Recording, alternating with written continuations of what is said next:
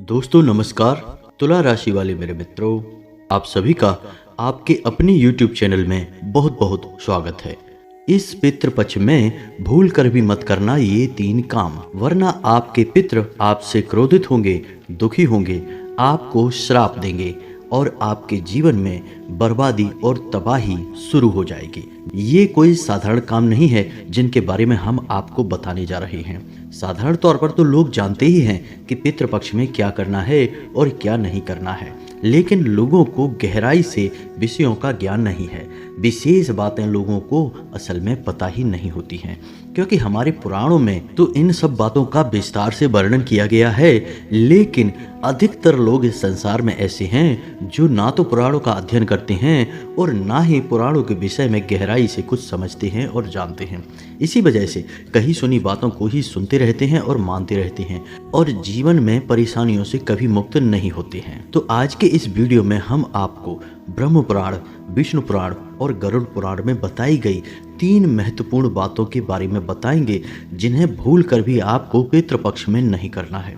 क्योंकि इन 3 कार्यों को करने के बाद यदि आप पितरों का श्राद्ध भी कर देते हैं, सही तरह से पिंडदान और तर्पण आदि भी करते हैं, सारे कर्मकांड करने के बाद भी आपको पितरों का श्राप लगता है, आपके पितर आपसे नाराज हो जाते हैं। इसी वजह से कई बार आपने यह सुना होगा कि सब कुछ ठीक तरह से करने के बाद भी, विधि विधान से श्राद्ध आदि कर्म करने के बाद भी पितृदोष समाप्त नहीं हो रहा है, क्योंकि लोगों को सही बातों का ना तो ज्ञान है और ना ही उन्हें किसी ने बताया है। तो ऐसे में आपको यह वीडियो अवश्य देखना चाहिए, क्योंकि इस वीडियो में आपको विषयों को गहराई से बताया जा रहा है और इस वीडियो की हर एक बात शास्त्रीय पद्धति पर आधारित है। साथ ही साथ दोस्तों, हम आपकी राशि के जातकों के लिए विशेष तौर पर ग्रह गोचर के आधार पर यह भी बताएंगे कि कौन सी हैं वो घटनाएं जो आने वाले 3 से 4 दिनों में आपके जीवन में घटित होने जा रही हैं, जिसके अनुसार आपको अपने जीवन को व्यवस्थित कर लेना चाहिए। जी हाँ दोस्तों, तो वीडियो बेहद ही खास है और आपकी राशि के जातकों के लिए यह एक संजीवनी बूटी के समान जानकारी लेकर आया है। तो आपका यह दायित्व बनता है कि इस वीडियो को आप पूरा देखें, शुरू से लेकर अंत तक वीडियो की हर एक बात को समझने का प्रयास करें और अपने जीवन में इन बातों को शामिल करें। इससे आपके जीवन में 100% बदलाव आएगा, इस बात की हम गारंटी देते हैं। तो बिना समय खराब किए चलिए आज के इस वीडियो को शुरू करते हैं। लेकिन वीडियो प्रारंभ करने से पहले आपसे एक विनम्र निवेदन है कि कमेंट में पूरे भक्ति भाव के साथ जय मां भद्रकाली अवश्य लिखें। माता का सीधा प्रेम और आशीर्वाद आपको प्राप्त होगा। याद रखें, जिनके साथ हैं माता भद्रकाली, उनका कोई बाल भी बांका नहीं कर सकता है। पितृपक्ष वर्ष का वह समय होता है जब इंसान अपने उन पुरखे पूर्वजों के संपर्क में आता है जो अब इस संसार को छोड़कर जा चुके हैं, लेकिन स्वयं भगवान विष्णु के द्वारा उन पुरखे पूर्वजों को इतनी शक्ति प्रदान कर दी गई है कि वे अब देवता बन चुके हैं और पितृलोक में वास करते हैं। तो धार्मिक मान्यताओं के अनुसार ऐसा माना जाता है कि पितृपक्ष के दौरान जब सूर्य का प्रकाश धरती को छूता है तो उस प्रकाश में पितृ ऊर्जा भी समाहित होती है और यह पितृ ऊर्जा धरती पर चारों ओर बिखर जाती है। इसका मतलब यह हुआ कि आपके पितृ सूर्य की किरणों के माध्यम से आपसे संपर्क करने की कोशिश करते हैं। वहीं विष्णु पुराण में यह कहा गया है कि पितृ हमारे किसी न किसी माध्यम से हमसे सीधे संपर्क करने की कोशिश भी करते हैं। इसका उदाहरण यह है कि पितृ गाय या कुत्ता या फिर किसी भिखारी या फिर किसी महिला के रूप में आपसे संपर्क स्थापित कर सकते हैं और आपके मन के भावों को पढ़ने की कोशिश करते हैं। तो ऐसे में यह बहुत महत्वपूर्ण हो जाता है कि जब आपके दरवाजे पर कोई जानवर या फिर कोई भिखारी आता है तो आप भूले से भी उसका अपमान ना करें, क्योंकि कहीं ना कहीं पितृ ऊर्जा उसके शरीर में समाहित होगी। अब इसका मतलब यह तो नहीं है कि सीधे तौर पर कोई पितृ ही आपके रूप बदलकर जानवर के रूप में आ जाएंगे। इसका मतलब यह हुआ कि उस जानवर के शरीर में, मन मस्तिष्क में पितृ ऊर्जा का थोड़ा बहुत अंश निश्चित तौर पर समाहित होगा। यह जो समझ है, यह जो लेन देन है, यह हम इंसानों के समान नहीं नहीं है, यह ऊर्जाओं का बदलाव है और ऊर्जाओं की समझ है। तो आप चाहे अपने पितरों के विषय में अपने मन में कोई विचार भी लेकर आएंगे तो वे आपके विचार आपकी पितृ ऊर्जा ग्रहण कर लेगी। इसका मतलब यह नहीं कि आप जब कुछ बोलेंगे या जब कुछ करेंगे तभी आपके पितरों को पता चलेगा। तो अब ऐसे में आपको यह करना है कि आपके दरवाजे पर यदि कोई जानवर आता है, कोई भिखारी आता है या कोई महिला मदद मांगने के लिए आती है तो आपको उसकी तत्काल मदद कर देनी चाहिए अपनी क्षमता के अनुसार। इससे आपके पितृ प्रसन्न होते हैं। जी हाँ दोस्तों, साथ ही साथ कुछ छोटे छोटे कार्य और हैं जिन्हें करने से आप अपने पितरों का भरपूर प्रेम और आशीर्वाद प्राप्त कर सकते हैं। सबसे बड़ा कार्य जो आपको नित्य करना होगा वह है कि आपको दक्षिण दिशा में गाय के घी का एक दीपक नित्य जलाना होगा। शाम के समय यह दीपक आप जलाएं और याद रखें कि दीपक आपको घर की दक्षिण दिशा में ही रखना है। इससे आपके पितृ बहुत प्रसन्न होंगे। इस कार्य से पितरों का ऊर्जा वर्धन होता है और आपके पितृ ऊर्जा ऊर्ध्वगामी हो जाती है, यानी आपके पितरों को मुक्ति प्राप्त करने में मदद मिलती है। ऐसे में आपकी राशि के जातकों के लिए एक महत्वपूर्ण कार्य है जो आपको नित्य करना चाहिए। वह कार्य है कि आप किसी गाय को हरी घास नित्य खिलाएं इस पितृपक्ष में।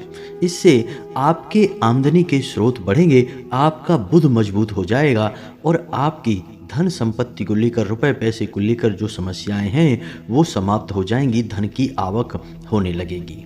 अब हम आपको पितरों के विषय में विशेष ज्ञान दें उससे पहले आपके जीवन में घट रही घटनाओं के बारे में कुछ जानकारी दे दें और भविष्य में आपको किन सावधानियों को लेकर चलना है ताकि आप किसी बड़े नुकसान से बच सकें। व्यवसाय में आपके थोड़ा उथल पुथल भरा माहौल है। जी हाँ दोस्तों, यही हाल आपकी नौकरी में भी है। जो लोग नौकरी करते हैं उनके कार्यस्थल पर भी थोड़ा सा माहौल उनके प्रतिकूल बना हुआ है। तो आपको बहुत ही सकारात्मकता के साथ अपने कार्यस्थल पर कार्य करना होगा और लोगों से जितना हो सके उतना कम से कम चर्चा या बात करें। अब रही बात व्यापारिक स्थलों पर, तो वहाँ पर भी व्यापार में थोड़ी सी स्थिति उतार चढ़ाव वाली है। ये यूँ कहें कि स्थिति कठिन बनी हुई है, व्यापार को चला पाना मुश्किल हो रहा है। ऐसे में आपको व्यापार से जुड़ा कोई भी बड़ा निर्णय अचानक से नहीं लेना है। ऐसे बड़े निर्णयों से आपको बचना है। असल में आपके अंदर इस समय आत्मविश्वास की कुछ कमी है और इसी आत्मविश्वास की कमी के चलते इस बात के बड़े अवसर बन रहे हैं कि आप जो भी निर्णय लेंगे वह गलत ही साबित होगा। बेहतर यह होगा कि आप किसी अनुभवी व्यक्ति की सलाह लें या घर के बड़े बुजुर्गों के साथ बैठकर मशवरा करें, सलाह करें, फिर जो उचित निर्णय लगे उसे ही आप आगे बढ़ाएं। लेकिन फिलहाल इस पितृपक्ष में आपको अपने व्यापार से जुड़ा कोई भी बड़ा निर्णय लेना नहीं है, नहीं तो आपका नुकसान हो सकता है। आपकी राशि में शुक्र आपको थोड़ी सी परेशानी उत्पन्न कर रहा है, जिसकी वजह से आपके दाम्पत्य जीवन में भी थोड़ी सी खींचतान का माहौल रहेगा, तनाव की स्थिति रहेगी। बेहतर यह होगा कि आपको अपनी वाणी पर संयम रखना होगा। आप जब जब अपनी वाणी से संयम खोएंगे, आपके जीवन साथी के साथ स्थिति विषम होती चली जाएगी, तनावपूर्ण स्थिति बनती चली जाएगी। आपका संयम ही आपके दाम्पत्य जीवन की चाबी है, तो आपको जितना हो सके उतना संयमित रहने की जरूरत है। असल में आप एक भावुक इंसान हैं और आप चाहते हैं कि लोग आपके दिल को समझें, आपके मन को समझें, लेकिन होता एकदम उल्टा है। लोग आपको समझने के बजाय आप पर ही लांछन लगाने लगते हैं, दोषारोपण आपके ऊपर करने लगते हैं। तो जब यह स्थिति सहन शक्ति से बाहर हो जाती है तो आपका क्रोध बढ़ जाता है और जब जब आपका क्रोध बढ़ता है तो यह और स्थिति को बिगाड़ देता है। आप जैसा चाहते हैं वैसा आपके रिश्तों में कभी आपको वापस नहीं मिलेगा। कहने का मतलब यह है कि आप जितना दिल से अपने रिश्तों को निभाते हैं, आपके रिश्ते आपको उतने दिल से कभी नहीं निभाएंगे। आपको हमेशा निराशा ही हाथ लगेगी। जी हाँ दोस्तों, इसे आप अपना दुर्भाग्य मान सकते हैं, लेकिन इसका मतलब यह नहीं कि आप अपने रिश्ते नातों पर ही शक करने लगें या उनसे दूरियां बनाने लगें। इसके लिए हम आपको एक सलाह देना चाहेंगे कि आप अपनी प्रेमपूर्ण सकारात्मक ऊर्जा को ईश्वर की ओर मोड़ दें और ईश्वर से प्रेम करने लगें। यह आपके लिए बहुत आवश्यक है क्योंकि यह आपके आध्यात्मिक विकास को आगे बढ़ाएगा। और जैसे जैसे आप आध्यात्मिक होंगे, ईश्वर की भक्ति में लीन होंगे, आपके जीवन में सफलताएं बढ़ती चली जाएंगी और आपके रिश्ते नाते अपने आप आपके नज़दीक आने लगेंगे। आपको ज़्यादा जोर लगाने की, ज़्यादा मेहनत करने की आवश्यकता नहीं रहेगी। इसी से जुड़ी हुई आपकी एक भविष्यवाणी और भी है कि आपकी किसी न किसी बात से या किसी न किसी कार्यवाही से, किसी कार्य से आपके परिवार के लोग आपसे असंतुष्ट हो सकते हैं। लेकिन आपको क्या करना है? ऐसे में आपको अपने परिवार के लोगों को संतुष्ट करने की, उन्हें समझाने की कोई आवश्यकता नहीं है। समय ही समाधान है। आप संयम से काम लें, धीरे धीरे उनकी सोच अपने आप बदल जाएगी। आप ईमानदारी से, मेहनत से अपने कार्य में लगे रहें। जैसे ही आपका समय बदलेगा, धीरे धीरे सारा माहौल आपके अनुसार होता चला जाएगा। ईश्वर की भक्ति और सकारात्मक ऊर्जा आपके आगे बढ़ने की सीढ़ी है। इसे आपको कभी नहीं छोड़ना है। नकारात्मक लोगों से और नकारात्मक माहौल से आपको हमेशा दूरी बनानी है। जी हाँ दोस्तों, आपने महसूस किया होगा कि जब भी आप नकारात्मक लोगों के साथ बैठ जाते हैं, यानी ऐसे लोगों के साथ जो हमेशा शिकायतें करते रहते हैं, एक दूसरे की बुराइयां करते रहते हैं, गलत तरह की बातें करते हैं, तो जब भी आप ऐसे माहौल में थोड़ी देर के लिए बैठ जाते हैं, तो जब आप वहाँ से उठकर बाहर आते हैं तो आप थका हुआ सा महसूस करते हैं। कभी कभी तो आपका सिर भी बोझिल हो जाता है, सिर दर्द भी होने लगता है। ऐसा इसलिए होता है क्योंकि आपकी राशि के जातकों की विशेष खूबी यह है कि आपका मन मस्तिष्क तभी ऊर्जावान होता है जब आप सकारात्मक ऊर्जा से घिरे हों। नकारात्मक ऊर्जा आपके मनोबल के लिए जहर के समान है। आपकी ऊर्जा को यह सोख लेता है। तो ऐसे में आपको अपने माहौल को चुनना है, ईश्वर की भक्ति को चुनना है। असल में अभी जो समय चल रहा है, ग्रहों की जो चाल है, उसके अनुसार होगा यह है कि आप लोगों के साथ चर्चा में शामिल होंगे, लेकिन जैसे ही आप अपना पक्ष रखना शुरू करेंगे, स्थिति विवाद में बदलने लगेगी और धीरे धीरे यह स्थिति झगड़े का रूप लेने लगेगी। तो बेहतर यह होगा कि आपको लोगों से अधिक चर्चा करने से बचना है और जितना हो सके उतना एकांत प्रिय रहें और अपने कार्य पर फोकस करते रहें। जी हाँ दोस्तों, आपको इस समय किसी भी प्रकार की यात्रा करने से भी बचना है। यात्रा आपके लिए नुकसानदायक होने वाली है। अगर आप अपने संबंधों में मर्यादा बनाकर रखेंगे, ज़्यादा आगे नहीं बढ़ेंगे, ज़्यादा नहीं बोलेंगे, शांत रहेंगे, तो लोग आपसे प्रभावित रहेंगे और आपसे प्रेरित भी होंगे। जी हाँ दोस्तों, तो ये तो थी कुछ सावधानियां जो आपको आने वाले 3 से 4 दिनों तक रखनी है। और एक और महत्वपूर्ण बात जो हम आपको बताना भूल गए कि आपके शरीर के कमर से निचले हिस्से में, यानी कमर और कमर से निचले हिस्से में कुछ तकलीफ हो सकती है। किसी दुर्घटना या फिर किसी छोटी मोटी घटना की वजह से आपको तकलीफ हो सकती है, चोट लग सकती है, हानि प्राप्त हो सकती है। तो थोड़ा सा आपको संभल के रहने की आवश्यकता है। साथ ही साथ दोस्तों, हम आपको एक सलाह देना चाहेंगे कि आप जितना हो सके उतना योग और प्राणायाम को अपने जीवन में शामिल करें। आध्यात्मिकता को अपने जीवन में शामिल करें। आप जितने आध्यात्मिक होंगे, आप जितने सकारात्मक होंगे, आपका जीवन उतना ही सुंदर होता चला जाएगा और आपको मनचाही सफलताएं प्राप्त होती चली जाएंगी। आपकी राशि के जातकों को कुछ ऐसे कार्य हैं जो भूलकर भी नहीं करने चाहिए। पहला, मांसाहार, यानी मांसाहार आपके लिए जानलेवा है। आपको बर्बाद कर देगा, जीवन में कभी भी आपको आगे नहीं बढ़ने देगा। शराब का सेवन आपको भूल कर भी नहीं करना है और नकारात्मक लोगों के साथ आपको भूल कर भी संगत नहीं करनी है। इन 3 कार्यों को आपको कभी भी नहीं अपनाना है। यदि आप इन कार्यों में से किसी एक को भी अपने जीवन में शामिल रखेंगे, आपकी बर्बादी तय है। तो ये तो थी आपकी राशि के बारे में कुछ विशेष बातें जिनका आपको ख्याल रखना है और आने वाले समय को आप इन बातों के अनुसार प्लान कर सकते हैं, विचार कर सकते हैं। अब बताते हैं कि वो 3 खास बातें जो आपको इस पितृपक्ष में भूल कर भी नहीं करनी है। तो ध्यान से सुनिए दोस्तों। पहला, कि आपको अपने पितरों का भूल कर भी अपमान नहीं करना है। अब पितरों में वे पितर जो इस संसार को छोड़कर जा चुके हैं, वे तो शामिल हैं ही, उनके लिए तो आप कुछ कहेंगे नहीं, लेकिन आपके घर के बड़े बुजुर्ग, जी हाँ दोस्तों, आपको उनका विशेष ख्याल रखना है। भूले से भी उनके लिए कोई भी गलत बात आपके मुख से ना निकले, क्योंकि आपके घर के बड़े बुजुर्गों को भी आपके पितरों का ही रूप माना जाएगा और उनका अपमान आपके पितरों का अपमान माना जाएगा। दूसरा, कि जो चीजें जमीन के नीचे से निकलती हैं खाने पीने की, उन चीजों को आपको नहीं खाना है, जैसे कि चुकंदर, सलजम, गाजर, मूली या फिर अरवी आदि की सब्जी। आपको इन चीज़ों को नहीं खाना है। इनको खाने से पितृ नाराज हो जाते हैं। इसका कारण यह है कि पितृपक्ष में जमीन को किसी भी कीमत पर खोदना नहीं चाहिए, क्योंकि सूर्य की किरणों में जो पितृ ऊर्जा समाहित होती है वह असल में जमीन में समाहित हो जाती है, और जब आप जमीन को खोदते हैं तो इससे वह पितृ ऊर्जा नाराज हो जाती है और आपको श्राप देती है। जी हाँ दोस्तों, इसका वर्णन ब्रह्म पुराण में स्पष्ट तौर पर बताया गया है कि पितृपक्ष में जमीन से निकली हुई चीज़ों का उपभोग भूल कर भी नहीं करना चाहिए और ना ही जमीन को खोदना चाहिए। जी हाँ दोस्तों, इसी प्रकार किस धातु के बर्तन में भोजन बनाना है और खाना है, इसका भी विशेष विधि विधान है। लोहे के बर्तन में ना तो खाना बनाना चाहिए और ना ही खाना चाहिए।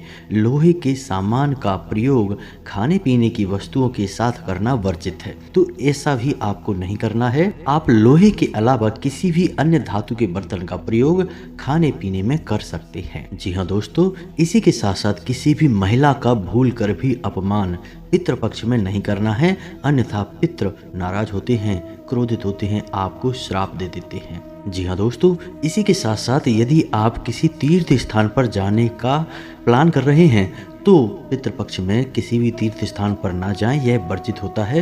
पितृपक्ष के पश्चात ही आप किसी तीर्थ स्थान पर जाने की योजना बनाएं। जी हाँ दोस्तों, लेकिन यदि आप मंदिर आदि जाना चाहते हैं तो आप जा सकते हैं, लेकिन पितृपक्ष के दौरान मंदिर जाने के भी कुछ विशेष विधि विधान हैं, उन्हें भी आप समझ लें तो बहुत आवश्यक रहेगा और आपको पितरों का श्राप नहीं लगेगा। पहला कि जब आप मंदिर जाएं तो दिन के समय ही जाएं। बेहतर होगा कि सुबह के समय ही जाएं। दोपहर या रात्रि के समय मंदिर ना जाएं, यह अशुभ काल हो जाता है पितृपक्ष में। इस समय मंदिर जाना ठीक नहीं है। दूसरा, मंदिर जाते समय शांत और सम्मानजनक व्यवहार ही करना चाहिए, हंसी मजाक नहीं करना चाहिए।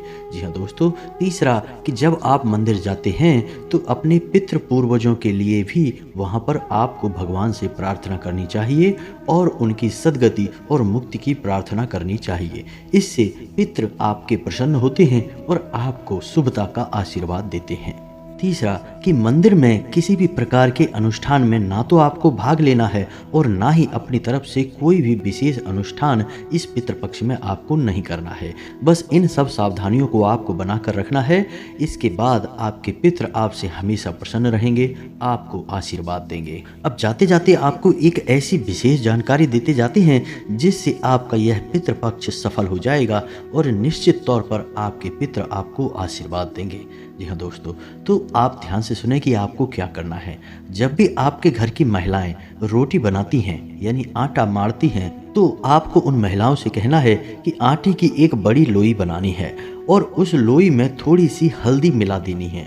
जी हाँ दोस्तों, आटे की उस लोई में थोड़ी सी हल्दी पिसी हुई मिला देनी है और उस लोई को किसी बच्चे के हाथों, जी हाँ दोस्तों याद रखना है, लड़का होना चाहिए और बच्चा होना चाहिए, घर का सदस्य होना चाहिए, बाहर वाला नहीं, तो किसी बच्चे के हाथों गाय को खिलवाएं। अब ऐसे में आपको ध्यान यह रखना है कि बच्चे का मुख दक्षिण दिशा की ओर होना चाहिए, क्योंकि दक्षिण दिशा पितरों की दिशा मानी जाती है। तो जब आप ऐसा करते हैं तो यह भोजन पितरों को प्राप्त हो जाता है और आपके पितर आपसे तृप्त हो जाते हैं, ऊर्जावान हो जाते हैं। आपके ऊपर किसी भी प्रकार का पितृ दोष यदि लगा हुआ है तो वह क्षण भर में समाप्त हो जाता है। आपके पितृ आपको आशीर्वाद देते हैं। तो उम्मीद है कि आपको समझ में आ गया होगा कि आपको यह उपाय कैसे करना है।